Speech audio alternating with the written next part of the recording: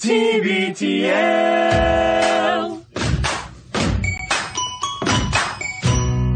Well, hello, good morning, and welcome everyone to a Wednesday edition of TBTL, the show that just might be too beautiful to live. My name is Luke Burbank. I'm your host. We are here again in Denver on day 3 of the TBTL-a-thon. Let the fun begin. Although this is a morning where things don't feel all that fun. After the tragedy in Uvalde, Texas yesterday. We know that a lot of you are hurting. We're hurting. And we're thinking about our listeners and our friends in Texas, and our friends who have young children, and our friends who just want to live in a place where mass violence is not a regular occurrence. So we're thinking about all of you today.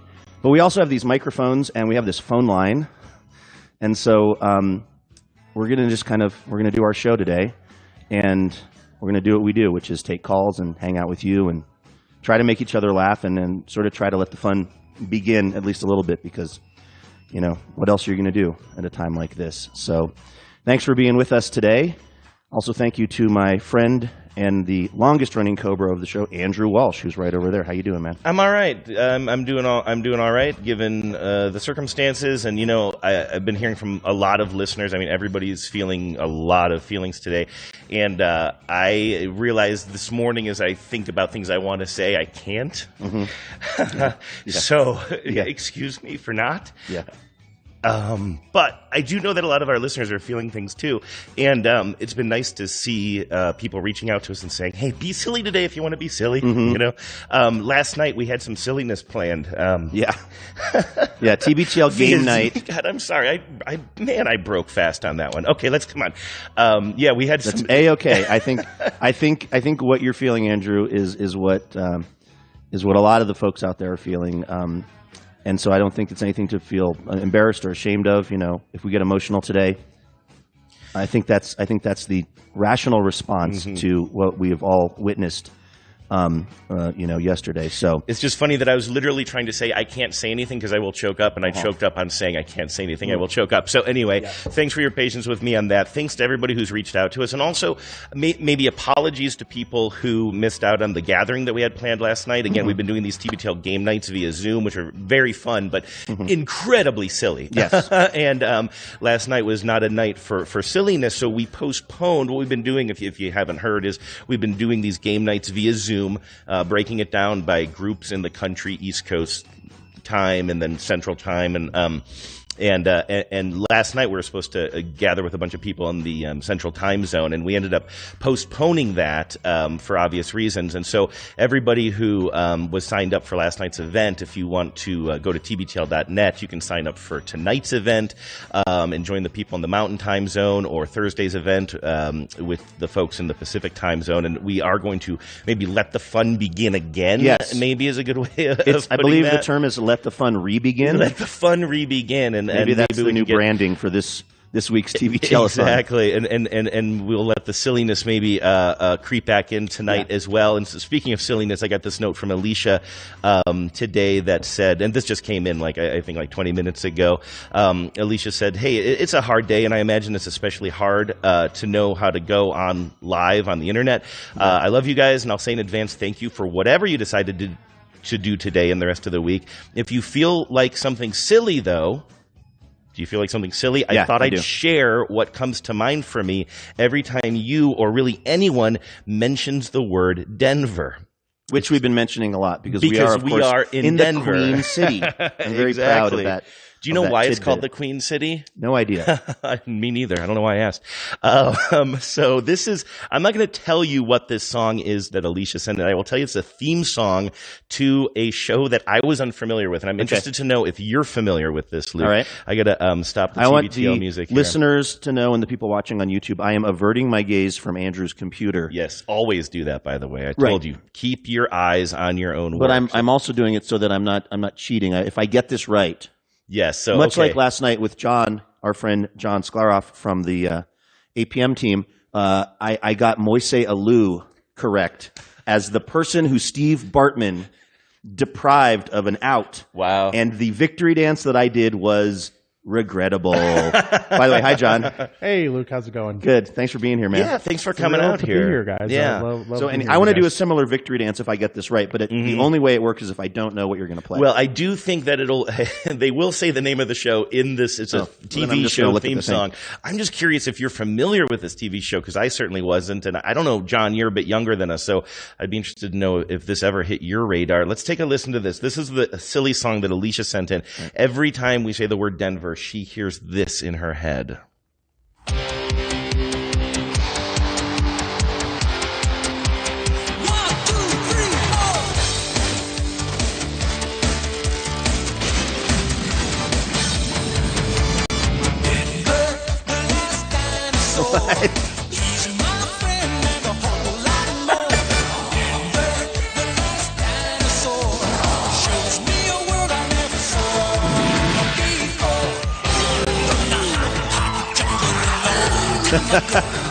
All right. So the dinosaur is named Denver. So there's a dinosaur. Oh my gosh, and he rocks. He rocks. This is a show that ran from 1988 to 1990, I think, called, believe it or not, Denver: The Last Dinosaur.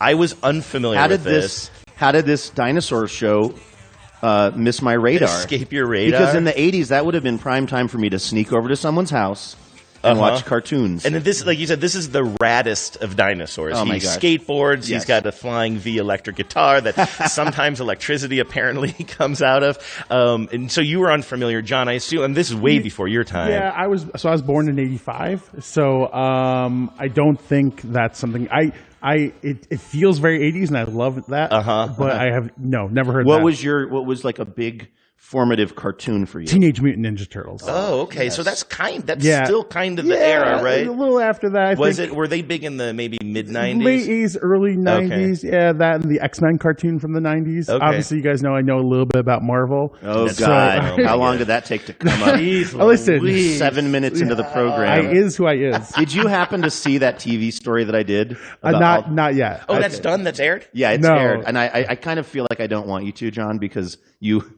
you are such a sort of expert on all things Marvel that I'm sure you'll be throwing your laptop or whatever it is you're watching it on. It was a story I did about this guy, Douglas Walk, who wrote this book called All of the Marvels. He tried to read, and he did really read sort of like up to maybe a year or two ago, every single Marvel comic ever written. And the thing that's interesting, and you know this, John, but I didn't before the story, is that theoretically it's all connected now. Yeah.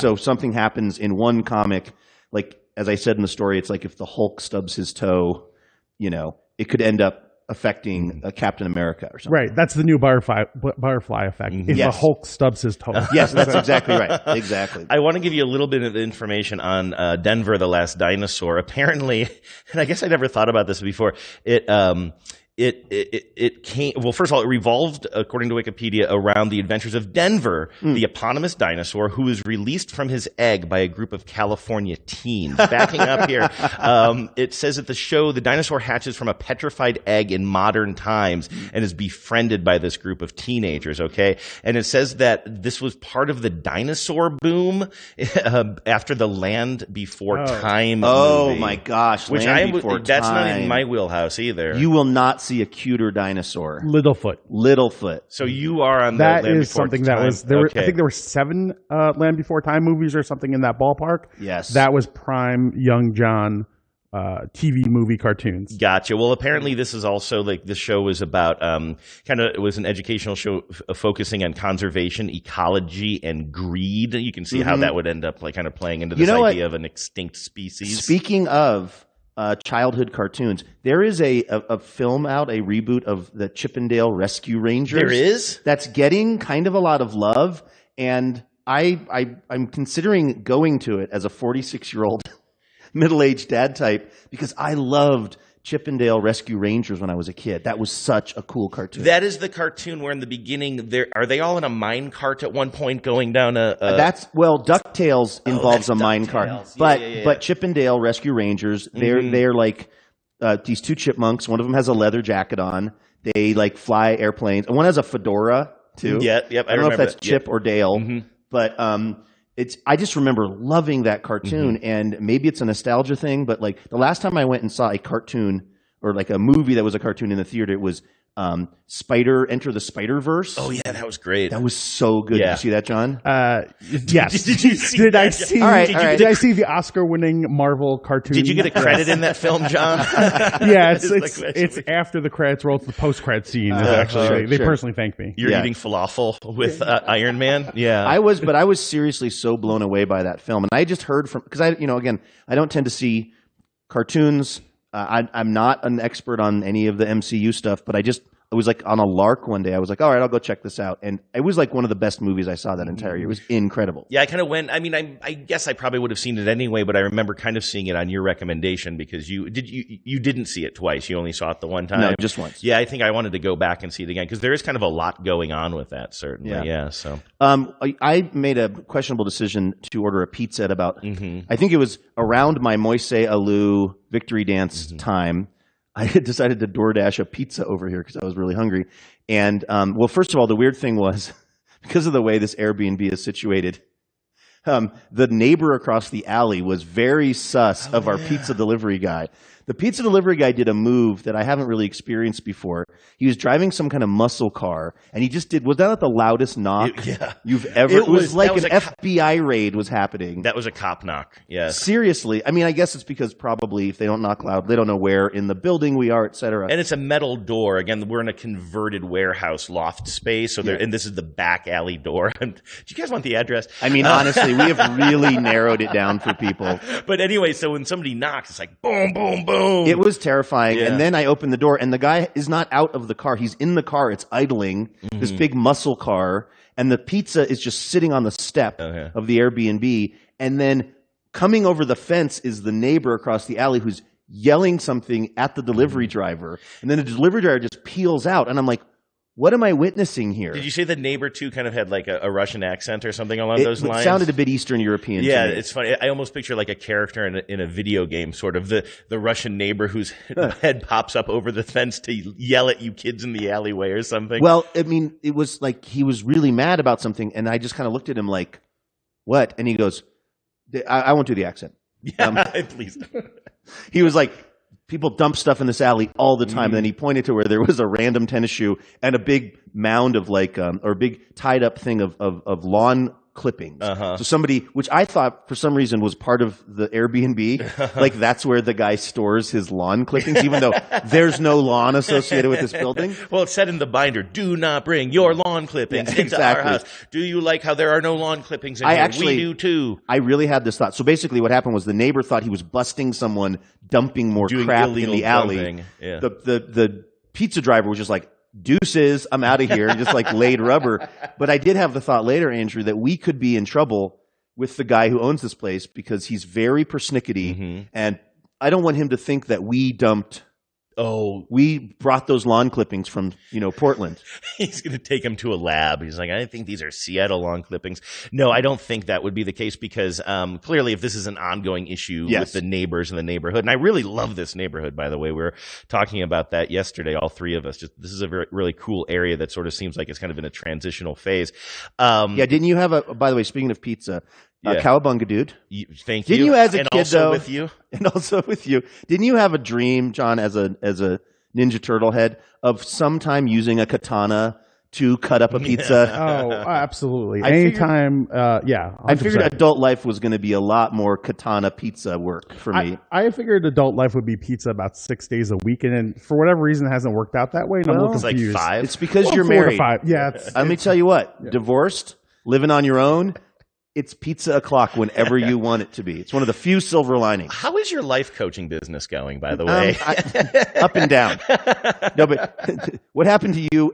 You started telling John and I a pizza-related story yesterday when we were walking to dinner, and I think I just said, "Don't even tell me the end." I wanted to hear it on the air. What happened? It was a real cliffhanger pizza story. It was for me. So I have, for the past, I want to say 10 or 15 years, lived in a Pizza Hut desert, or various Pizza Hut deserts. Everywhere I've lived, both in Seattle and LA, I did not live in a Pizza Hut delivery zone, which is a tragedy, obviously. And it's something that Vives and I talk about quite a bit, about how we are, just like we just always get the fuzzy end of the lollipop in life. Like we can't order a Pizza Hut pizza and have it delivered to our home. Like we're getting by, we're getting by, but like that's just a reality. And I think it's one of the things that has made me such a kind of a tough character. Yes, having to deal with this through adversity, through not being able to order a stuffed crust pizza anytime you want.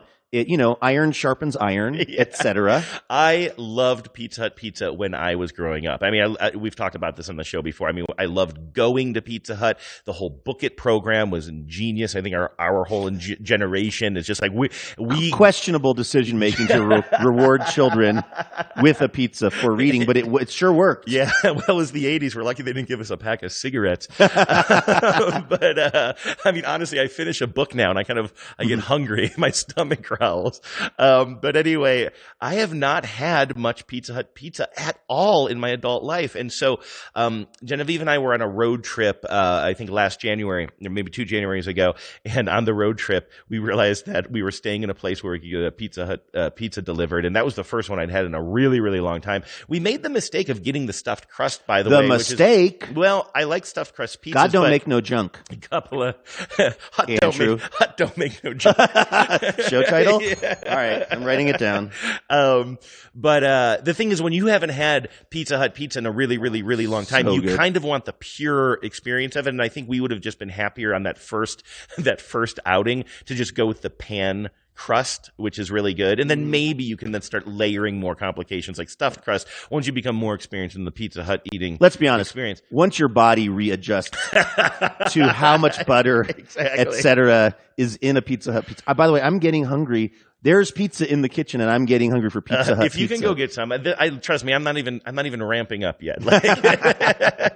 Anyway, so that was a while back in January when Genevieve and I did that. But I arrived in Grand Junction, Colorado, on my road trip out here a few days ago, and I had a long day of driving, but I had gotten up at a decent hour, so I was really excited that I rolled into Grand Junction at a good time where I could have a nice little pizza party in my hotel room. I believe you were referring to this for the first couple of days as hotel party. Hotel party, which sounds a little more scandalous than what ended up happening. That sounds like maybe you've got some visitors. There's some champagne. Oh, really? It's like things are popping off. But this was you, a Pizza Hut pizza, and a 6-pack of Miller Lite. Is that what hotel party looks like? Exactly. It was me, a pizza, and 6 of my closest friends. And rewatching No Country for Old Men. That's true, because how do you party? Hey, it's a pizza party.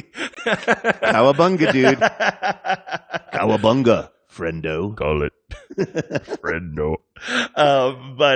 So anyway, I had a nice relaxing night, and so I ended up ordering a Pizza Hut pizza. I ended up picking it up. I've never, except for this one time with Genevieve, I've never had a pizza delivered to a hotel, which I know that's a big move for you, but I'm not there yet. I'm still too nervous. Like, it just seems complicated. It is wild if you look at my either Amazon or DoorDash history. I've sent food to like the Beverly Hilton in LA while I've been in Portland because I just forget to re-enter. And, some of these chains, it's like, okay, cool. Subway, please deliver this. And then they'll be like, we're having trouble, completing your order or getting it to you. And I'm like, what's the problem? And they're like, are you in Los Angeles right now? Like the hotel must be like, that guy's pranking us again. Andrew, I have this clamp that I forgot to bring from home that holds up my microphone arm. One of these is sitting at my hotel in Los Angeles. But you forgot to bring it. No, it got there late. I so see what you're saying. I'm sort of the proud owner of 2 of these clamps. Oh my One gosh. at the Hotel if anyone is near the Hotel June in kind of the Westchester, Manchester area of Los Angeles, free clamp. Just go to the front desk. Just go to the front desk, say you're Luke Burbank, say there's an Amazon package for me. Do it in that voice. Yes. There's an Amazon package for me. I'm Luke Burbank. And they'll probably give it to you, and I guess, enjoy this clamp. So anyway, I did get the pizza. I picked it up. It was a meat lover's pizza, not what you would have gotten, but that was something that I used to get a lot as a kid. What did I say last night? I wanted an Impossible Wackies. What is this sandwich, John? So the deli that my high school friends and I would go to, it's Dante's 2 specifically. Yes. And where in New York? Yorktown Heights in Westchester County, New York. That's where I'm from.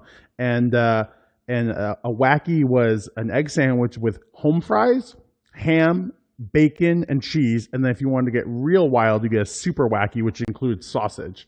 And it was like, hung over on a Saturday morning, or you're skipping your 10 o'clock class. That's the thing we would go get. And that, I think maybe Andrew, you said well, I don't think you would like that, Luke. And I was like, no, don't get me wrong.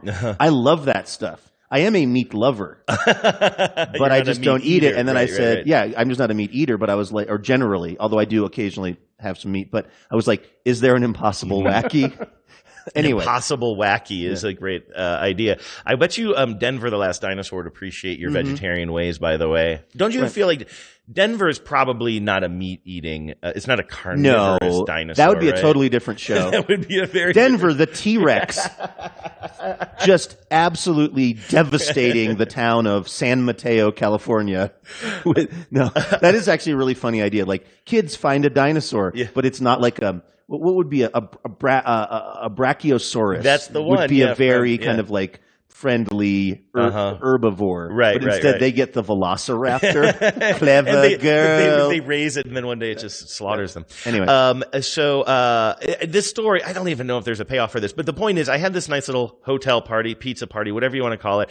And then the next day I woke up and I had half a pizza left. By the way, I was able to refrigerate it overnight. Wow. Yeah. I admire your self-control. I don't think, you saw what I did to that large pizza last night, which also was the most bizarre order.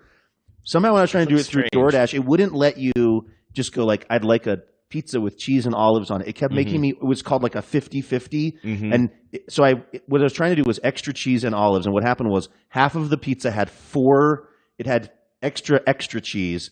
And then one side had olives and no cheese. It was a totally bizarre thing. And I still ate 90% of the pizza and some garlic knots.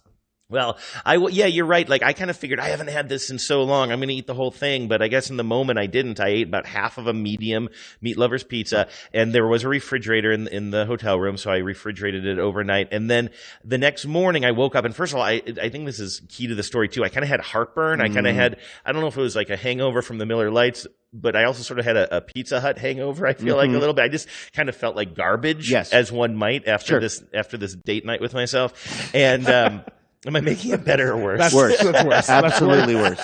I didn't ask you, John. But anyway, and I had all my equipment with me, of course, which is why why I did the road trip instead of flying. So it's kind of an ordeal for me to check in and out of hotels. It's about 3 trips for me to bring all of my bags and stuff out to the car. I'm not leaving my equipment out in the car overnight. And during my 3 trips in and out, as I'm unloading my hotel room and getting on the road again, I keep going back and forth as to whether or not I get the pizza out of the fridge and I take it with me for my next leg of the road trip, because I know I'm going to be hungry at some point on the road. And I'm going to stop to get a breakfast sandwich or a lunch or something at some point. And Luke, this just should not have been a conundrum. Take the pizza or don't. Like, I think I literally said out loud to myself one time, I'll bet you if there was a security camera, there is somewhere video of me saying, you're an adult, you can just buy another pizza. But like, I also was kind of like, but there was something still like kind of exotic or very special about a Pizza Hut pizza to me. Right. And but also part of the fun of road tripping is all of the food adventure. Yeah, so it's like just having the pizza from the night before means you can't have the famous bratwurst at that roadside stand somewhere in Weiser, Idaho. Right, exactly. Or even just for me, like I had a McDonald's McGriddle on the morning before, and I don't have those all that often, and that was wonderful. You know what I mean? So you can just like kind of write yourself a blank check when you're eating on the road like that. But I went back and forth. I took it out of the refrigerator and I put it back so many times, and then finally no I decided, way, you literally removed it from the refrigerator. Swear to God. Put it back in the refrigerator. Because keep in mind, and I'm also, like, I just have heartburn, too. And that's, like, I keep on thinking, like, I want this pizza, but I'm kind of like, but I know I can still feel the pizza in my chest. Right. And I'm kind of like, and I'm not hungry right now. So am I going to take this? I only had a 4-hour drive before I got to Denver that day. And I'm like, am I going to take this goddamn Pizza Hut pizza, put it on the passenger seat next to me where it's going to be baking in the sun for that's maybe good. Potentially. That's like heating it back up in the oven. That's the ideal.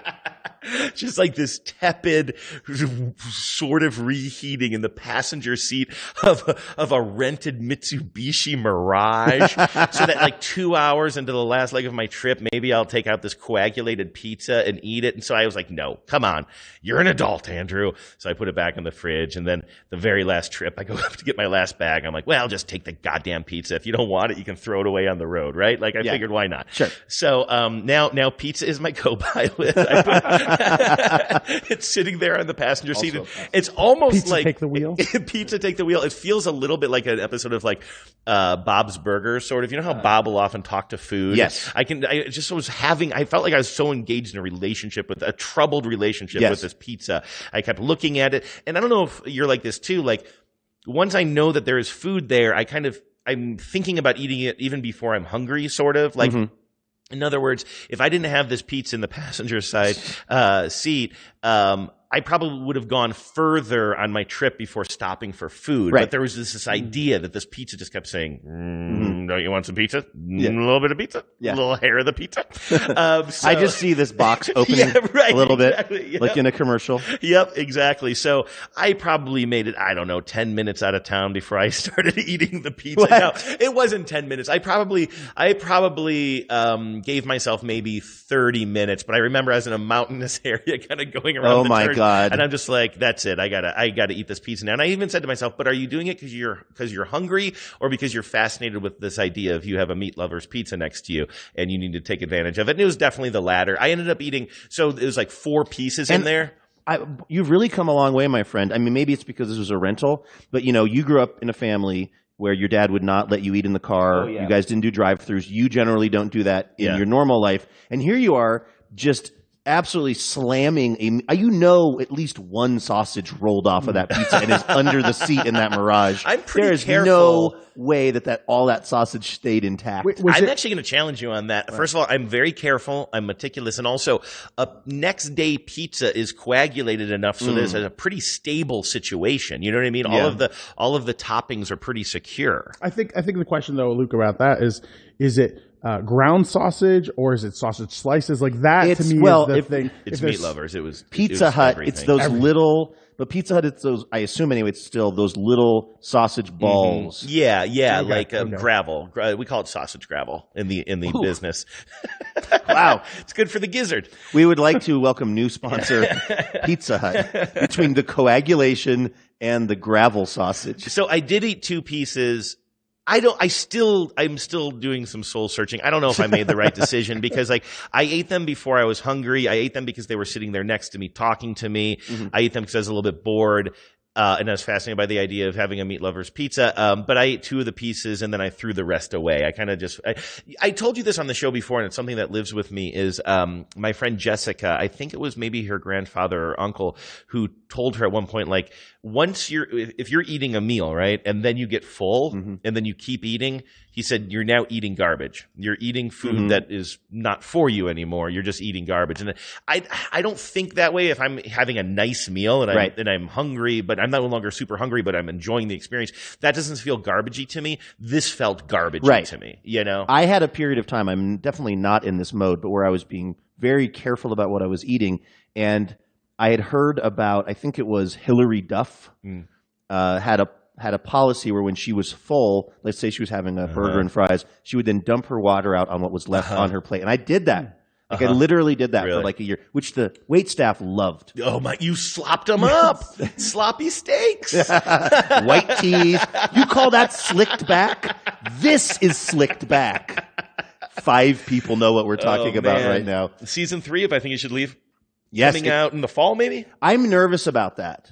I mean, season 2 held up. That's overstating. I'm not nervous about it, but I just feel like I'm arriving at a point. Addie and I were talking about this the other day. Like we're talking about the Netflix show I Think You Should Leave, which is Tim so Robinson. funny. Yes, it's so great.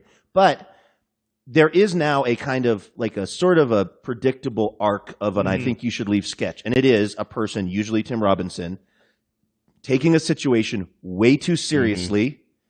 And then eventually weirdly winning people over. Yes, yeah. That's kind of what happens. And it's still super funny to me. But I feel like the first season was amazing. Second season did have some, I mean, Dan flashes. Yeah. I think, and $150 out the door. now it's been a while since I watched each season, but I remember feeling after watching season 2 that I felt like I liked season 2 even more than season 1. Maybe it was just recency bias, but I was really impressed with season 2 too. It was a little bit, maybe it was even slightly weirder. I don't know. Sure. I definitely thought season 2 was very funny, and I was impressed at how many Carl Havoc in the in the mall, the guy who's in I don't want to be around doing anymore. the prank show. I mean, the show, I mean, I've never seen a show become an instant classic. I mean, things were already memified and part of the culture before I'd even seen the skits. And I think I watched her sketches, or the show, I should say. You don't say skits, right? We No, say sketches. you don't. Cool. What do they say? Beautiful girls say sketches. That's right. Okay. Beautiful, gorgeous girls. Gorgeous girls Say sketches, right, not yeah. skits. But anyway, yeah. So I'm looking forward to season 3 of that. I don't know what we're talking about. So I ate half the garbage pizza, and then I threw away the rest of the garbage pizza. I did want to say I got one thing. I'm not a big candy man. And when I say that, I mean I don't sell drugs, but also I don't eat tons of candy. Yes, sorry, kids. But I was in Love's, the truck stop kind of thing. I thought you met someone. I was in Love's with these gummy worms. I just saw a package of just Love's brand, kind of generic travel snacks gummy worms. I'm surprised gummy isn't trademarked. I'm going to eat one of these right now. Well, when I'm done talking. Ooh, boy, these are hard now. I'm not going to eat one now. But that's actually better. The first, I like it when they really, like a Swedish fish or something, when it kind of gets a little bit of a solidness to it. Yeah. I do think day 2 gummy worms are good. Day 7 or whatever, we're on day 5, not so great. But there was something about the color of those, seeing them in the bag. And I was just like, don't know the last time I've had a gummy worm, but I was compelled. And I got to say, that was a great travel snack. As you see, I ate about half the bag there, Luke. Yeah. I mean, the thing that I don't love about any kind of gummy product is that it basically, and the same goes for Jell-O, is it basically has horse hooves in it. Yeah, people always say that. Which, once I knew that, I mean, I've eaten many grosser things. Like, I mean, that's definitely still true. I don't even know, but I can't get it out of my head, which is why I've never been a huge gummy head. What else did you get? That's why I just chase it with a hot dog instead. Well, exactly. I mean, I don't know why that bothers me so much when throughout my life I have eaten vast quantities of meat that is also the body of some animal. So I don't know why the hoof is like, gross. Speaking of, you asked me what else I ate. Of course, I did get a little thing of like horse hooves.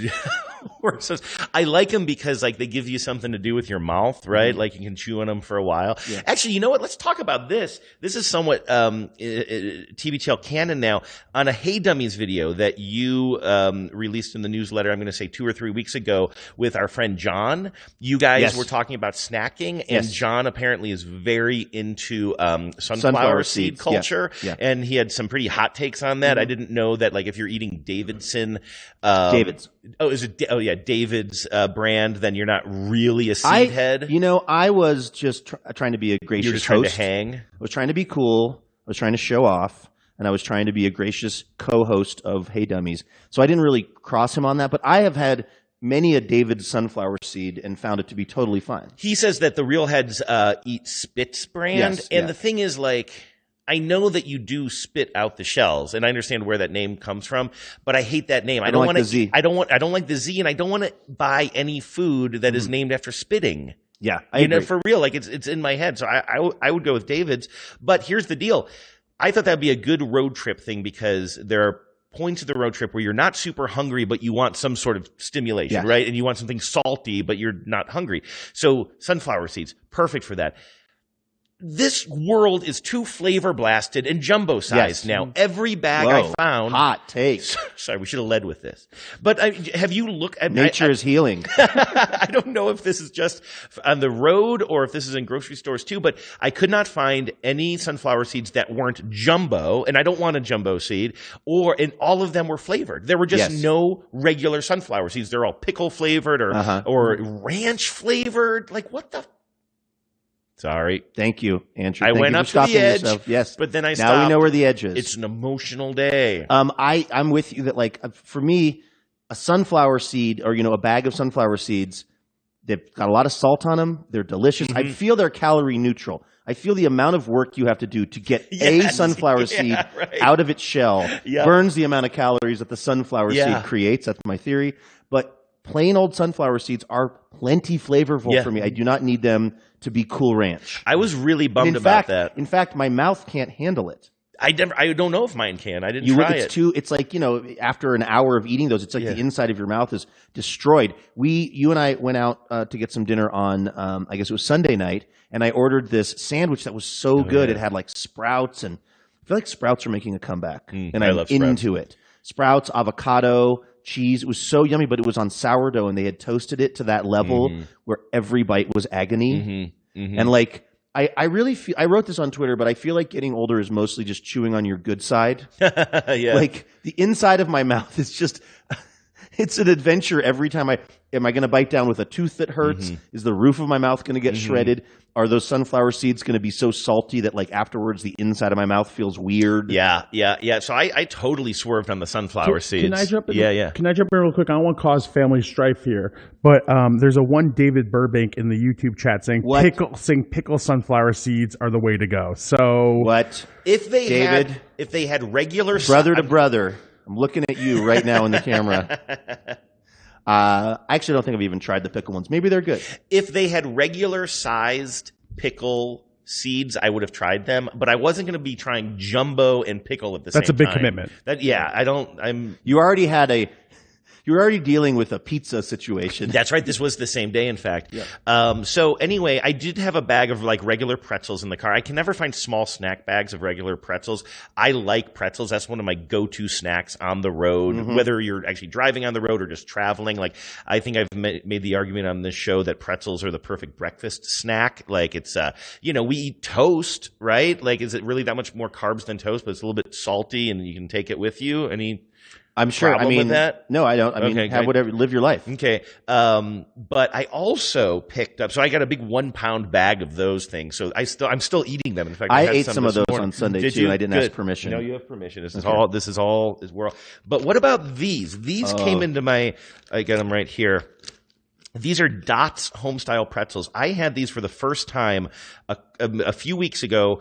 They were sold at a hardware store. Vives and I were in the middle of a painting project, and we ran out of paint, and so we had to run back. Hardware store food. Yes. Popcorn. That's what compelled me. Like some of those places, like the kind of more old school neighborhood joints, you'd go in and they'd, free popcorn. Oh, I didn't know about free popcorn. Oh. Yeah. But they do have like a snack aisle there. Or not an aisle, but like, an impulse buy kind of thing. And they had a whole bunch of different flavors of this Dots Homestyle Pretzels.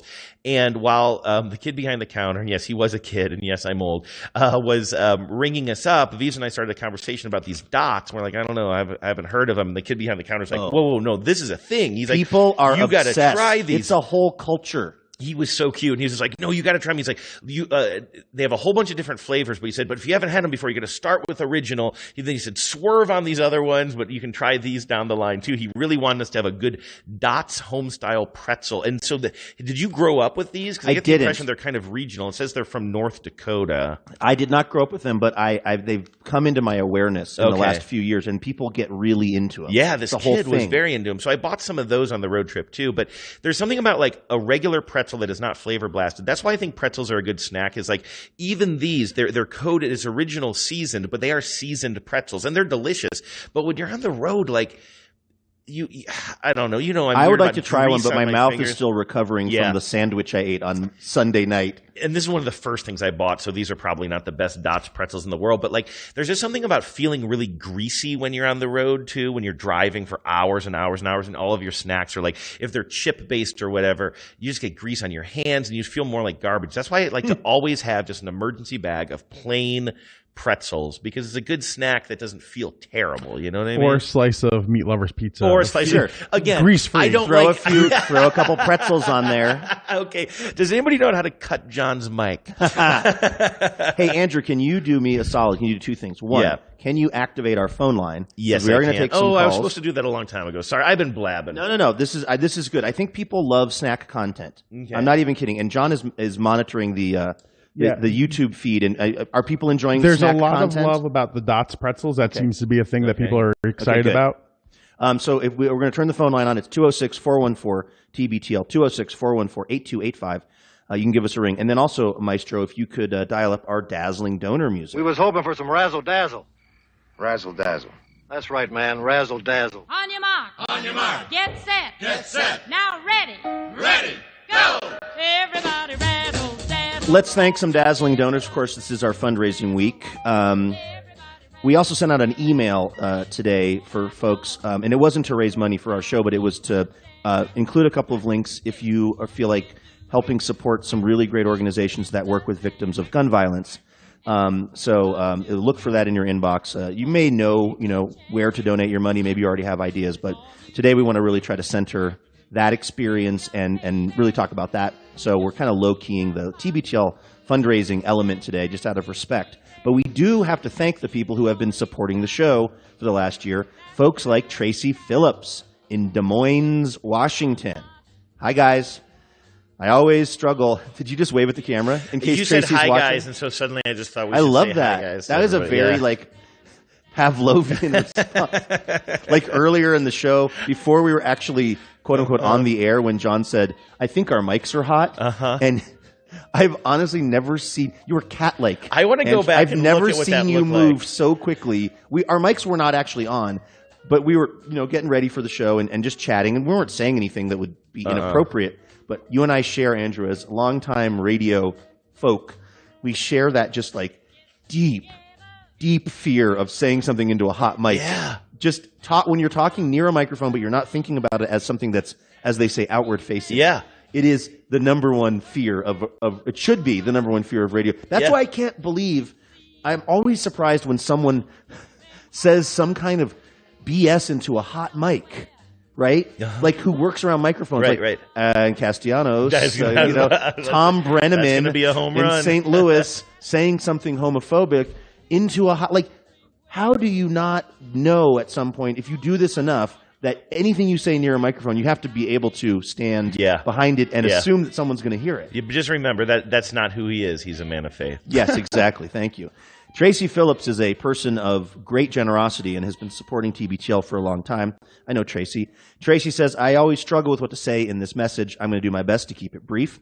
Why do I love and donate to the show? I've been through a lot over the years while I've been a listener. I always feel like I have two bros living life beside me, not to mention the TENS community. I listen when I'm puttering, going to bed, and when I'm working remotely. I've said it before, and I'll say it again. You keep me looking cool with my nieces. Luke, my niece Haley, thought it was cool that I knew you. She said, my aunt knows people when we saw you at the Vera Project. I was doing a TV story about the Vera Project, and Tracy was there, which was really cool. And we had all our big cameras, and it was like the only cool moment of my life. I just realized I've been pronouncing that wrong my entire existence in Seattle. I always say Vera, but you did a story on it. It must be Vera. Well, I don't actually know. You don't know? It hasn't aired yet, so I don't know. I know I'm whispering. Okay. No, I sat down with one of the co-founders, and I think I said, is it Vera or Vera? She goes, it's whatever, but just don't call it Vera. And I was like, oh, so then it means it's Vera? She goes, well, just people. And then throughout the story, What? That's the most confusing. it was totally confusing. And throughout the story, I talked to the other co-founders. I swear, there's no consistency. Wow. In Okay. how it was pronounced. That's a great organization in Seattle, by the way, the Vera Project. I made her listen to an episode on our way over to Wazoo. She was mixed on TBTL, but she is 14 years old. All right, fair. From TikTok videos to pop culture, you guys keep me up to date since I'm a 53-year-old lady. Okay, Andrew. Mm-hmm. I'm wrapping up. 1 minute is hard to hit. Is that part of the thing? Do we tell people this keep is this to a minute? Oh, that's actually in the message. I didn't notice that. Yeah, I guess, John, you know, but we put a little message on the form that's try to keep it to about a minute, right? Yeah, it's just a character count thing more than anything. I think. That's rich coming from us. And you even put like Andrew asked to keep it. That's why this is directed towards me. Yeah, right? I think we like to, in the membership team, we like to pass the blame to hosts as often as we That's can. great. Right, that's good. But I think it's pretty funny that we, the show that just talked for about 35 minutes about Pizza Hut, are asking the people who pay for the show to keep it tight. I love the way we said before the show, we're going to go to the phones early, and then 45 minutes in, I'm wrapping up my 7th pointless We're story. just letting people compose their thoughts regarding Dot's Pretzels. Exactly. Oh, is there a picture of Dot on the back? Look at that. Dot's a real person. What? That's pretty cute. Oh. All right. I don't know what I'd do without you in my ears. This is Tracy again. I'm not just confessing something to Andrew. I've spent 14 years with you knuckleheads, said with love. I'm finalizing an anniversary party for us, and I thought, oh, I'm missing Luke and Andrew. Andrew isn't this kind of party guy, let's be honest, but this is how my brain works. Did you not hear about my hotel party? You're my friends. You were there as my relationship was starting, there through my wedding planning, and so many other events. That being said, I feel I'm not alone. Luke, keep up the loose cannon behavior, parenthetically, but be careful. Thank you, Tracy. With a balance of self-discovery. Andrew, you do you. I love your thoughtful ways and sense of humor. Love you guys. Tracy in Des Moines. That's nice. Tracy, Thank you. thanks. I don't know if you're tuned in today on the live thing, but thanks, Tracy. Yeah. We really appreciate you, and it's always fun to get to catch up with you at various events. So thanks. Maestro? On your mark. On your mark. Get set. Get set. Now ready. Ready. Go. Everybody rattle. We've also got to thank Jennifer Wolf from right here in Denver, the Dinosaur, That's right. Colorado. I think we're going to meet Jennifer at our event on Friday at Local 46. Jennifer starts, first of all, Chimigwich, which means thank you in Ojibwe, to Boots and Brian for having my back on a culturally sticky situation earlier this month. Okay, now I know how to say thank you in Ojibwe. That's pretty cool. The story is boring and forever taking. Someone's heard our drops and our show. But suffice it to say, they each demonstrated what it means to be a good ally to people of color. In fact, many tens rallied to repair my hurt feelings. I'd like to invite you all to follow my Indigenous consulting business account on social media, Project Mosaic LLC, for strategy services to tribes and Native American organizations.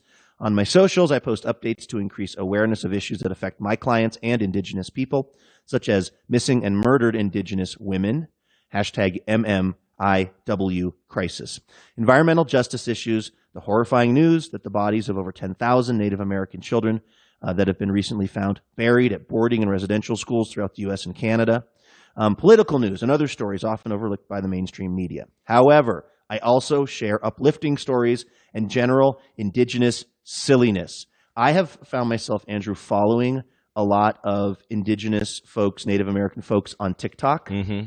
And I mean, you know, I'm a far, far outsider, but there is a really rich comedy history within Native American culture that I'm just kind of like people doing impressions of aunties and like just all of this like really kind of fun, interesting stuff that again is all sort of news to me. That's really cool that there's now a way to I'm kind of serious. share Like that I feel more like I'm kind of widely, like looking into the world of some folks that are, you know, I would have never met otherwise or experienced this kind of particular strain of humor and kind of cultural, you know, sort of way of relating. Anyway, my brother is a producer and a writer for and this show, Reservation Dogs, is so good. So good. My brother is a producer and writer for the Hulu show Reservation Dogs. So there are plenty of Res Dogs memes to be found on my pages as well. I'm most active on Instagram and TikTok at Project Mosaic LLC, and am just getting up to speed on Twitter at Project Mosaic Colorado, CO. I've been a loyal listener since the Ross Dress for Less episode. That was such a good episode. Dang, dude, that is really going back. And I'm grateful for many years of laughs. Pedamaya, which is thank you in Santee, Dakota. Pedamaya from listener Jennifer. Well, Pedamaya yeah, exactly. to you, yeah. Jennifer. Thanks. Can I mention one more thing here, too? Because I was chatting with Jennifer via email, and she mentioned, I forgot to put this in my Dazzling donor message. But her sister is recovering well, apparently, and we know about her sister because this was one of the most touching stories I think I've ever heard related to certainly a TBTL-a-thon. But, of course, was it last year that we gave away these little I think so. I'll say, what's up, though? These little sound effects boxes that have our TBTL drops on it. And Jennifer's sister was recovering from some brain damage and was not able to vocalize at that time and communicate vocally at that time. And apparently they were able to sort of communicate by using buttons on this box. And we talked about this on the show, which is absolutely amazing. So Jennifer, I'm glad to hear that your sister is doing better. And thanks for sharing that story. I mean, it's just I can't even wrap my head around that. Yeah, it really is one of those things where it sort of stopped us in our tracks and made it feel like this. I mean, the listeners are so kind, and we just reading those messages from Tracy and Jennifer. It's like they're so supportive of us, and they never fail to let us know that the show means something to them. And yet still, it mostly feels like we're just bullshitting here. Yeah. And so you hear something like that, like this silly fun box with my mom's voice on it saying, "What's up, dog?" Yeah, exactly. Was part of someone's recovery in a way that somebody was able to sort of re-engage with the world. And it's just like, it's very, I use this word a lot, but it's very humbling. Don't miss the sausage fest. Is that a good punctuation to your heartfelt message? That's perfect. All right. I listen, yesterday I promoted something that I said was going to change the sound of TBTL and maybe the sound of podcasting, but I'm not going to tell you about that today. Okay. I'm going to push that over to tomorrow because I want to take some calls. And also, if we have time, I want to tell you one of the great news stories I've seen in years involving someone stealing Seth Green's NFT Bored Ape. You and John were telling me about this over dinner last night. I mean, it is honestly, as they say, giving me life. Everything about this story is just so perfectly 2022. But in the meantime, let's actually take a phone call. Yeah, it looks like we have a call coming in here from Seattle, if I know my area code. So let's take a... Ahoy, hoy. Who's on the line?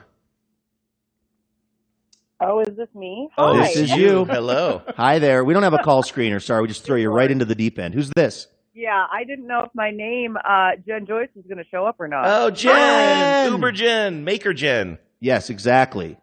Yeah, formerly known as Uber Jen and now Making Jen. Hello. Making Jen. How you doing? Hi, Jen. How are you? I'm good. I just called because I'd like to one-up your Airbnb Wi-Fi name story. Okay. Church of Scientology, for people who may have missed that episode. At some point, it would appear that the Wi-Fi here was called Church of Scientology. Yes. So I am currently visiting the lovely city of Austin, Texas. And my Airbnb, I was, everything's been really amazing. The person I was working with, super communicative and nice. And I sit down to do some work, go to look for what the Wi-Fi is, and it's called Joe Rogan's Wi-Fi. Oh, no. Wait, are you Airbnb-ing a property owned by Joe Rogan? Because he lives in Austin now. Oh, shit. Sorry. I mean, this is actually a possibility. But there's no way Joe Rogan would name his own Wi-Fi network Joe Rogan. No, counterpoint, he absolutely would. He would name it Neurogum or some other bizarre product that he's hawking. Wait, is there a chance that this is a property owned by Joe Rogan, Jen? I mean, the person I've been in communication with is not Joe Rogan, thank God. So I'm going to guess no, but that makes a little bit more sense. I wonder if the attempt at humor situation is similar here, but that's such an interesting trend of people wanting to name their Wi-Fi something that's kind of not, the most, if let's say that it's either they're a Joe Rogan fan or that they're trying to roast Joe Rogan, but either way, it just involves them thinking of Joe Rogan more than I would personally like to. I mean, yeah, I would hope nobody thinks of Joe Rogan anymore. That's the direction I'd like to see this go. It's like a pretty popular podcast from what I've heard. Yeah, I don't even get the joke. Now, I've been seeing a lot of memes. Now, I think we're at a point with this where these are probably fake at this point, but have you seen those things going around where apparently like neighbors in apartment buildings are fighting with each other by naming their Wi-Fi network something aggressive or passive aggressive about somebody else in like across the hall? I haven't seen that, but I've lived in buildings where people are like, get off my Wi-Fi or FBI van, or people like love to try to get cute. Yeah. I saw one the other day, and again, it's hard to say if somebody didn't just Photoshop this or they're doing this because they want to go viral or something. But it was something like a network was something like apartment 24. Your music is too loud. Oh wow! Or whatever. Yeah, exactly. Like really going targeted. Are you working in Austin, Jen, or are you on vacation? A little bit of both. I'm I just got over the COVID, so I'm sorry. My body. No, it's okay. I was fortunate to have a very horrible few days, and then it got better. But here in Austin, there's no such thing as COVID if you didn't know. No, and I think I had it. I had Omicron in Austin. Yeah. That's really the place for it. It was when I was down there doing that interview with Kirsten Dunst, and I may have given Hollywood sweetheart Kirsten Dunst the cron. Oh, gosh. Oh, my gosh. Yeah. So it was kind of bad for a few days, though, for you? Yeah, and then it ended up being fine. And, yeah, it's interesting because, just being so careful for so many of these years of the COVID years, and then all of a sudden you go to one Sounders match. Oh, really? But I mean, how many people were there? 80,000? Yeah, it was the CONCACAF Cup, so you went to the entire stadium was sold out. Wow, you went to that game. Wow, I thought the whole thing is scarves up around your face. That should be one of the safest sporting events. What it should be. Yeah. Hey, Jen, I wanted to say, I'm thinking about, I mentioned that you're making Jen now because we mentioned your new projects in your Dazzling donor message, which we read, I think just maybe last week or 2 weeks ago. And maybe I'll give you an opportunity to talk more about it. It was just Friday, yeah. And just a reminder, I mean, obviously you've been a friend of the show for so long now and a supporter for so long. So thank you sincerely so much. Hey, thank you too. I truly miss you all in real life. As you said, we're going to burn shit in your backyard. That's right. Tom again. Sorry about that. No. And Luke, I think I'm planning a trip down to Portland in August, so I'll definitely hit you up. But, yes, absolutely. Yeah, it was fun. We had like a little bit of I could tell some tens were trying out the new app Making, because we had some surgence of new people posting throughout the weekend on Monday. So and people should use the promo code TBTL. Yes. Yeah. Yeah. Can you hook us up with? Can you hook us up with whatever it is you do there, like you did with Uber in the early days? Right. I was actually talking to our CEO about it, and she's like, this is great. How do we pay them? And I was like, I already do. It's okay. That's the business model. Well, Jen, thanks again for being such an awesome friend and TBTL homie for all these years, and real life homie as well.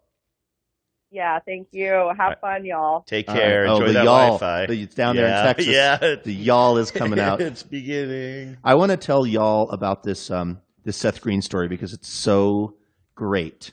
So Seth Green, who everybody knows from like a whole bunch of different things, Robot Chicken. He's Dr. Evil's son in Austin Powers. Scotty don't. How about you don't? Scotty don't. He is also a big NFT person now, and he, I guess, owns a bunch of these so-called bored apes. And he loves NFTs so much that he's actually created this new TV show that is called White Horse Tavern. And I guess it sort of it asks the question, or it sort of presents this universe where humans, real life humans, are kind of just moving about in the world along with NFTs, sort of like Who Framed Roger Rabbit. Mm-hmm. And one of these bored apes is a central character in the TV show that he's been working on, and it's the bored ape that Seth Green owns. Mm-hmm. I forget what Can its you really name is. own a bored ape? Yes. Oh, yeah, I guess you can. That's the That's whole the point. whole That's point. literally the whole point, right? And I forget what the exact name of this ape is, but they have names, I guess. And so Trevor. yes. And so he's been making this TV show. And one of the things, just side note, for those of you that got into that podcast, Dead Eyes, about the guy who was fired from Band of Brothers by Tom Hanks for having dead eyes, Connor, that guy is in this. He's in this pilot for White Horse Tavern. But anyway, so the thing that happened recently was that Seth Green got fished. Somebody tricked him into giving away some of his bored apes. And then that person sold one of these apes, the ape who's the star of the TV show, sold that ape to a surgeon in Australia who just likes to collect NFTs and bored apes and the like. Can I ask a quick question Yes. here? I don't mean to get you off your roll. But do we have any idea how this phishing incident happened? Do we have any details on that? Maybe it's just too boring, but I'm just like, I don't know anything about NFTs. I know a little something about phishing. I've been phishing people for years now. But like, how these things are supposedly so valuable, right? Like, how did somebody trick him into handing over his precious, precious Trevor? I don't know enough about, maybe John, you do. I don't know enough about the NFT world. I mean, the thing that I do know is with the blockchain, what's interesting about this is that there is a very, very clear and documented record of the chain of custody of Kevin the board. I love that his name is now just Kevin. I said Trevor, but Trevor. either way is fine. Trevin. Kever the board ape. Trevor. But that's the whole thing with the blockchain is the blockchain has been described to me as basically a giant Excel spreadsheet that keeps track of. So everybody knows who owns everything and who has owned it at various times because it's just a big long receipt. So they can actually figure out well, this is the thing that's interesting though. The person who scammed Seth Green, it's still a bit unclear that person's identity. So they know that some shadowy figure had Trevin, the bored ape, for a period of time. But then that person sold it to this guy who goes by, on Twitter, he's known as Mr. Cheese. And he has another handle, Darkwing84. So they figured out, and like I said, he's in Australia. He's apparently a surgeon. BuzzFeed has gotten in touch with him. So this is the new owner who came upon this Right. legally from his and again, perspective. in the blockchain, you can see, I think he paid $200,000 for Trevin. Okay. And so, like, it's Wow. sort of like Seth Green has it. Some person who we don't know gets it away from Seth Green, sells it to the guy in Australia. Now, there was some speculation that maybe the guy in Australia and the person who got it away from Seth Green is the same person. Because that's the thing. The scammer, it's unclear that person's identity.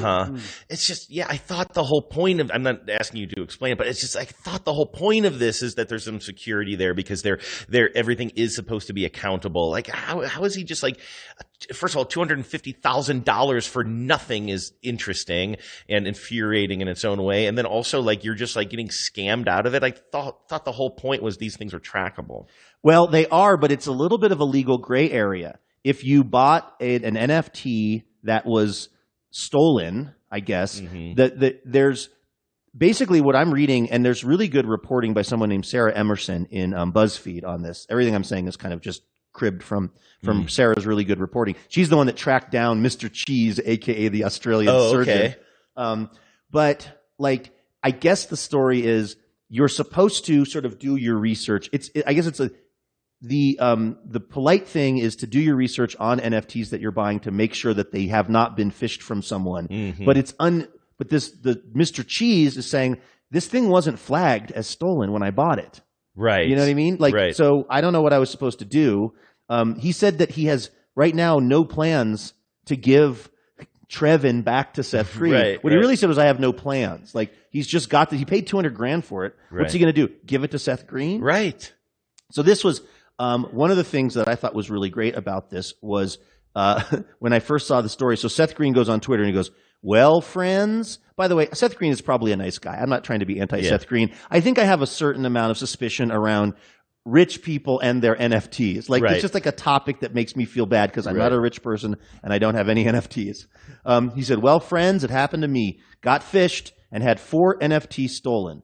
Please don't buy or trade these while I work to resolve. So he's then got these like kind of screenshots of his different NFTs that are stolen. And he goes, by the way, at Darkwing84, it looks like you bought my stolen ape. Hit me up so we can fix it. So there are several involved in this There's story. 4 of them. Wow. So here's what I'm trying to do. Take care of your bored apes, Seth. Like, geez Louise. The best thing, though, how is it that I don't understand how Twitter operates at this point in my life, Andrew? You spend more time on Twitter than anybody I possibly know. You're looking for the response from somebody? I want the replies. I'm just going to paraphrase. Basically, right when this tweet first went out and starting to get some attention, somebody responded to Seth Green and said, I think I know who Darkwing 88 is, and I can have them brought to justice. And Seth Green then, and this is actually, I have to give Seth Green credit. Seth Green responded to that person and said, I'm not mad at Darkwing 88. Yeah. Like, he was like, I don't think he should be punished. I just need to get the info. And then the guy responded, the first guy, and he said, oh, I was just fucking with you. I don't have any of this information. But the term like brought to justice was so funny. Yeah. But here's the really interesting part of the story is that because Seth Green no longer owns Trevin, he also potentially doesn't own the intellectual property or the IP or the copyright of the actual drawing of the ape. Right. Now this Mr. Cheese, the surgeon in Australia, owns Trevin, and to use this bored ape in this television show that he's already made, he doesn't. It's legally possible that he no longer has the rights to even put that bored ape in his TV show. He's already shot the thing. I can't put Trevin, my bored ape, in my TV show because Mr. Cheese owns it now. It's like, how did we get here? This doesn't seem right. Like, just every fiber in my being says everything about this is wrong. It is interesting, though. So along with the, I guess, inherent value of these NFTs, which are still, they seem pretty ludicrous and arbitrary to me, but okay, I guess there's a marketplace and I need to just accept that. There's also a copyright angle of it too, which is a totally different set of laws. It's just, it's kind of mind twisting for me. And also maybe it's because I'm so dumb about it that it's starting to anger me, but it all just seems so stupid. I mean, I am very suspicious of it, but it's only because I didn't have the wherewithal to get in at the right time. Yeah, and then one of our closest friends, I mean, this is her life, and she's not like somebody who is at all sketchy or she's one of the smartest people I know. You know what I mean? And so, like, I know that there are people who are like legitimately into this world, and I'm not saying that I'm right in being angry about it, but I am, and I don't know why. Yeah, I saw this story in the New York Times recently that also just kind of added to my sense of outrage, which was a rundown of all of the famous people who have been pitching NFTs that have now, or crypto, I should say, not just NFTs, but crypto. It's like Paris Hilton. I mean, it's a long list. I can't think of all of them off the top of my head, but it's Larry David. Oh, really? And that's surprising. Well, he's in these ads. He's in the ads, don't be Larry. So they went through, the New York Times went through and basically identified Matt Damon, that like really overly serious one he did. They went through and basically found all these celebrities that have been hawking crypto and getting paid a bunch and getting a bunch of crypto. And now that a lot of that crypto has lost like half of its value, they went back to get a comment from these celebrities who were interestingly silent. And the quote, this was what I thought the funniest thing was. There was a quote from somebody at the ad agency that made the Larry David commercials. And the response to the New York Times, and again, I'm paraphrasing here, was, we don't know anything about crypto. We don't care about crypto. We just make TV commercials. And I was like, what? Like, that's interesting. Well, I mean, wait, can I suss that out for a second? Yes, you can. Suss away. You're a reporter, and you're trying to do this story. And so that does make sense. Like, let's say there is a big scandal involving, let's just say, Kleenex tissues. I'm saying that because I've been using a lot of them. I apologize to everybody on the live stream who's been for the past 3 days watching me constantly blow my nose during these broadcasts. I'm sorry. When I laugh, my face starts to leak. I don't know why that is. But anyway, so let's just say that there's some scandal with Kleenex.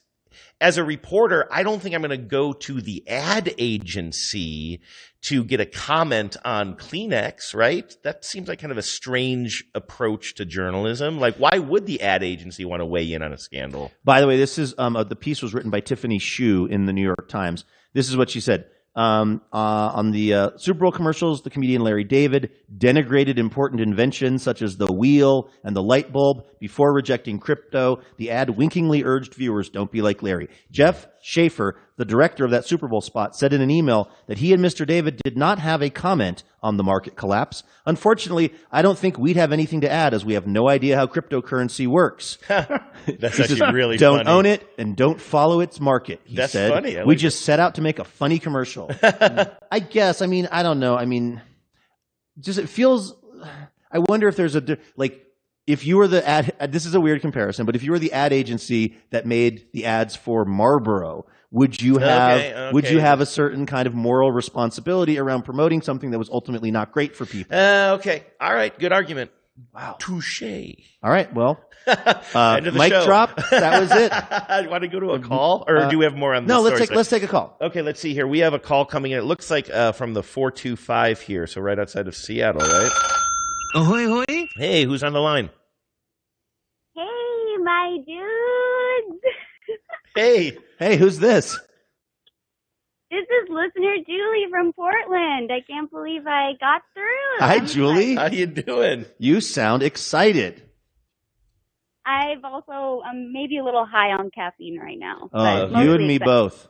Andrew makes a really good cup of coffee. Also, I said this to John last night. I love living with Andrew because when Andrew is slightly bored, he just starts doing the dishes or straightening up. It is just like such. Genevieve has got it so good, my friend. But because Andrew makes such a great cup of coffee, I'm now regularly consuming like 4 mugs of coffee every morning. Can I say, Luke, it was a real honor to see tomorrow's coffee made today in like actually happen live. I do like to prepare the coffee. I do that as well. I do it too. It's great. But to see you do it, it was like, this is really pulling the curtain you back. You did say yesterday, you're just like, wow, you guys, it's not bullshit. You guys really live the lives that you talk about. 100%. Oh, yes. This is not an act, Julie. Right. This is not a persona. We're really this boring. Yeah. What people hear on the podcast is 100% real life. So the 425, is that a Portland or is no? That's like the east side. Are you originally from like Bellevue or something?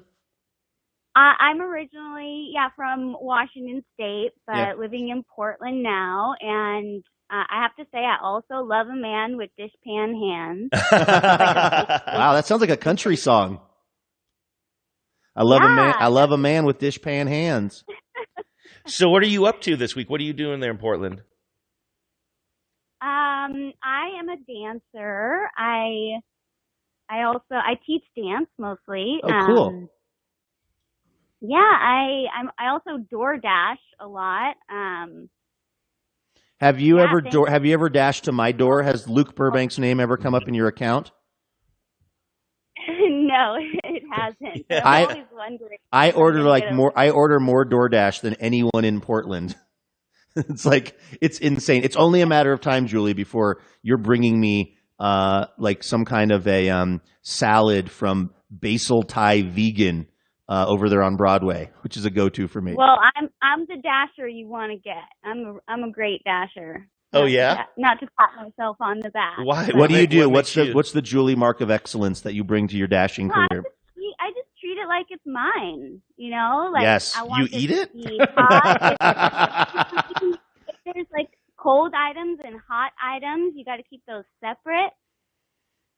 Good. I love that. I have to say there is a real range. I try to, be mindful of the fact that it's not an easy job, and y'all are super busy when you're door dashing, and sometimes it can have to do with maybe the food doesn't come out quite right or whatever. The one thing that I don't love, but then I'm mad at myself when I get angry about this, if that makes any sense. Like there's something that annoys me with door dashing that I'm also mad that it annoys me, which is where I happen to live is not super convenient for parking. So sometimes the dasher will just say like, I'm in the car, and then I have to come out of the apartment building and go to their car and get it from them. Yeah. Which at that point I should have just gone and got it. The journey for me is leaving the apartment building. Right. So, but you would never do that, Julie, right? No, I always just read whatever's in the description. Like if you write, bring it to my door, I'm going to bring it to your door. But some users of the app will intentionally wait outside their apartment building because they kind of have that deal too. And I always thank them. I always am like, thank you for coming outside because you just saved me like 10 minutes to try and find parking. Yeah. Figure out your door code, go up the elevator. Like I do that all the time, but if it does save me time when the user comes down to like the sidewalk or the lobby. So I feel like always that's make sure to Yeah, I feel like that's reasonable. But sometimes if I have to go into the street, if the person literally is in their car, I'm like, huh? Now, have you ever gotten like a super good tip? I have actually. Yeah, the best tip I got it was for like a work meeting. I delivered like 50 cupcakes, and I got a $60 tip. Nice. Dang. Hey, yeah.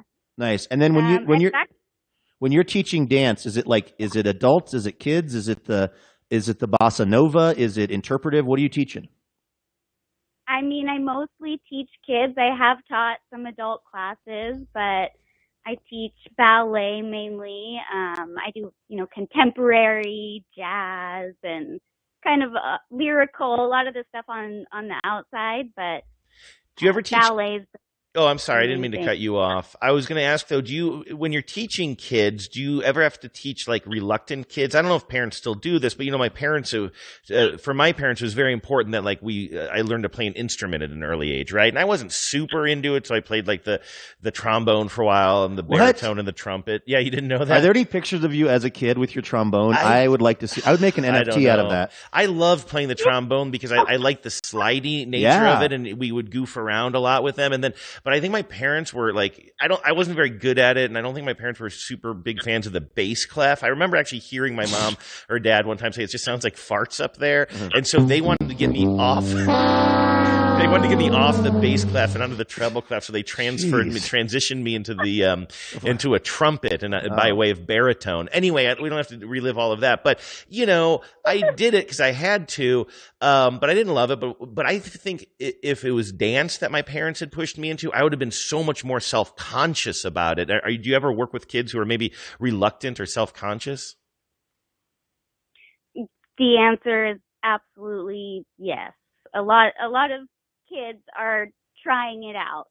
Yeah. And they're kids, even if you're 13, you're just not a fully developed, human yet. I mean, they're a totally different type of person to work with. I love working with kids. They're less inhibited in some ways, but then when it comes to being more inhibited, like you're saying, Andrew, they can be really intense. And when you can get through to a kid like that, there is nothing better. Like, I had a kid once who, she was doing great throughout the year, but then when it came to recital and she was about to go on stage, she just broke down into tears. She said, I can't do it. And I had never had this happen before. Like, she's in her costume. She's right about to go on stage. And, I just, like, sat with her and I was like, I just comforted her. And I said, you know what? It's fine to feel this way. And the feeling, will pass. The nervousness, you don't have to go on stage, but there's nothing scary about it, even if you fall. And I always tell them, like, I fall on stage all the time and I'm fine. Did the young dancer end up going out on stage? She did. Yeah, it was oh my gosh, that was a huge win for me. She did. She went on. And that kid's name was JoJo Siwa. I'm assuming that's a famous dancer. That is a famous kid dancer. Okay. Are you familiar with the JoJo Siwa phenomenon, Julie? No, I'm just laughing because it sounds like a funny name. She is JoJo Siwa. Okay, somebody out there knows what I'm talking about.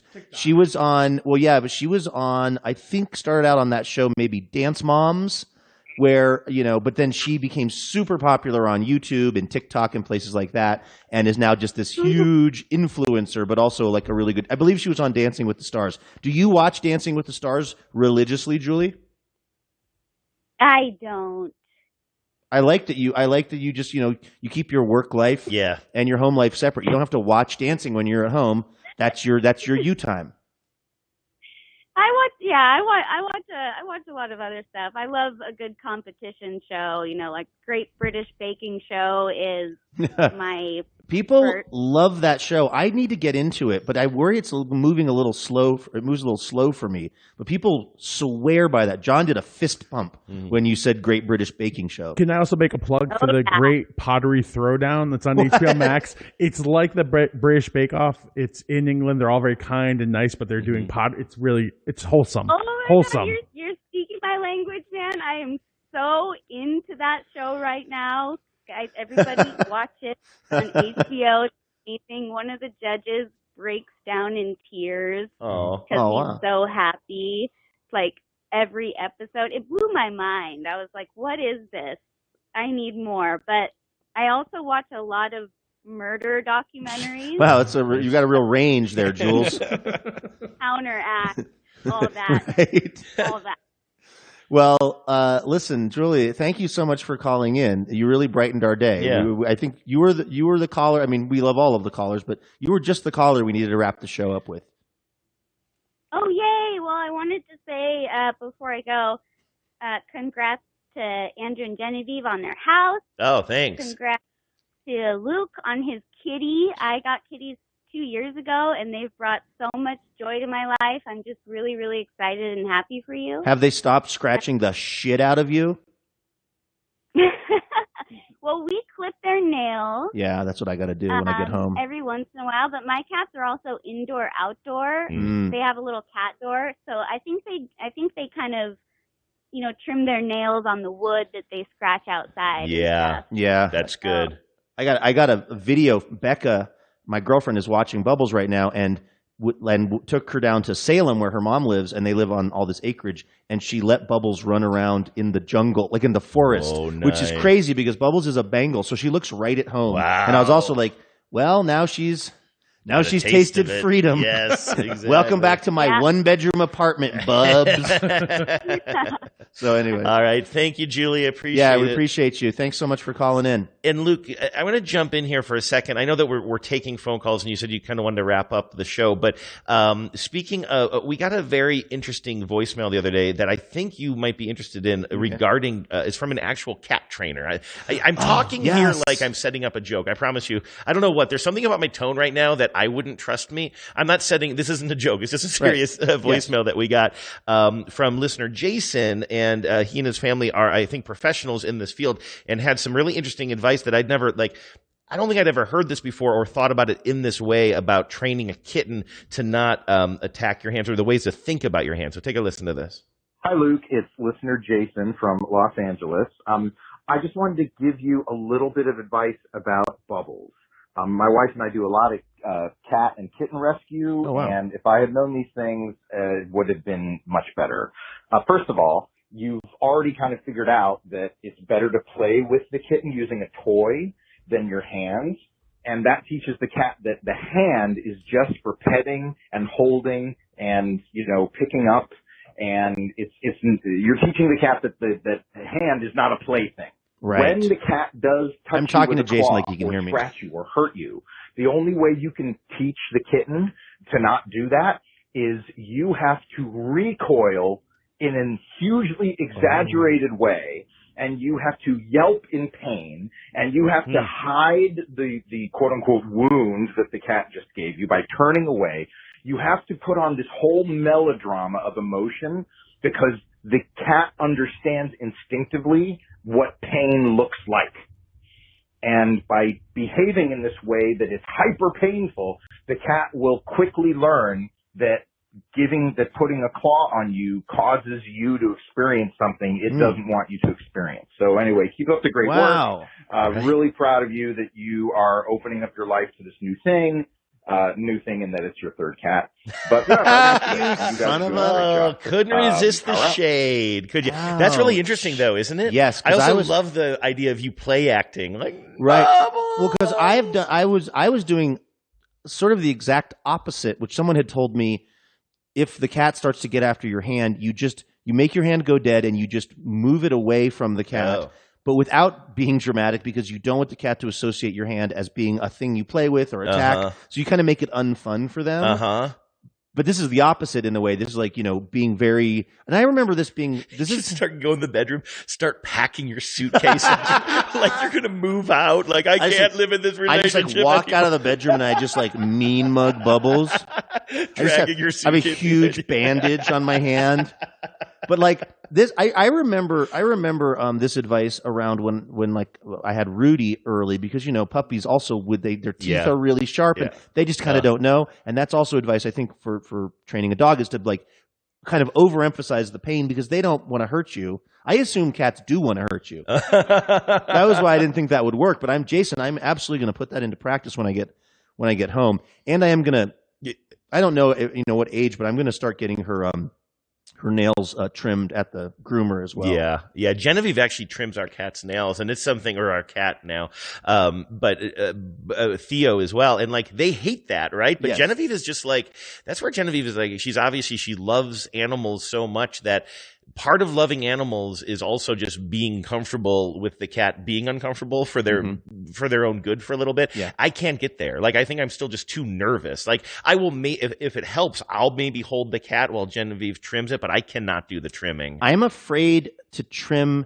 any animal's nails because I know that there is an amount that's too much. And that too, yeah. If like with Rudy, I used to take Rudy to the groomer, and then they would Dremel down her nails. Good. And I was like, I want the professionals to do this. Yeah. Because if I think about trimming like Rudy's nail or even Bubbles' nail too far, it makes my butthole hurt. Oh, God. Like I have an involuntary pain in my anus. I don't get it there. That's where I don't when feel I it think in your about anus. something, But, when I think about something that's just like, I feel it right in my sphincter. Oh my God. I don't feel it there, but I do. I almost get, when I think about, I've never even tried to trim a dog's nails before.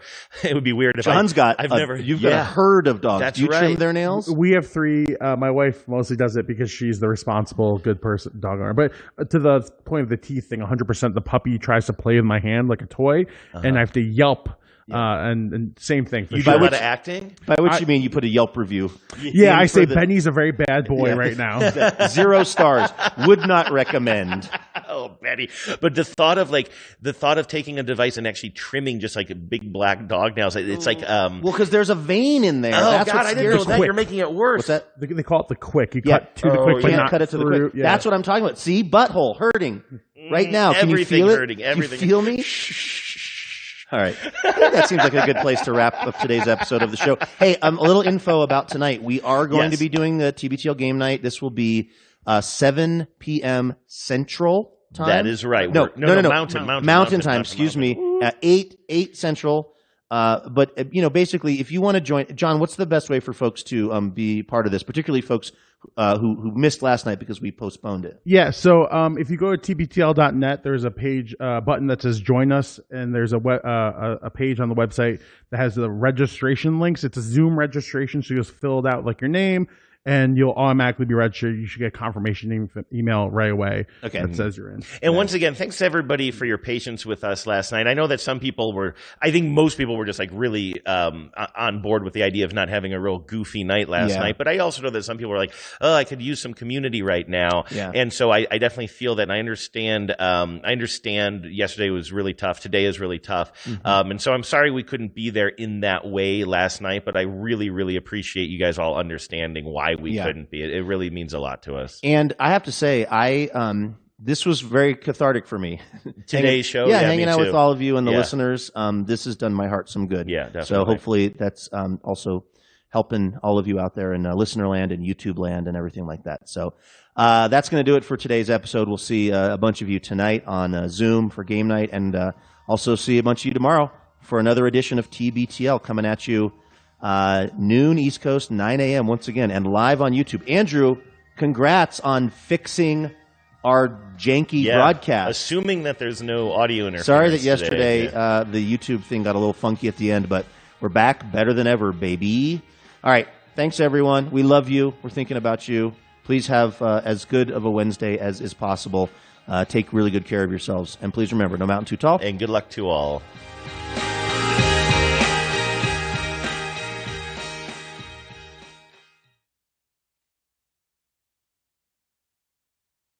Power out.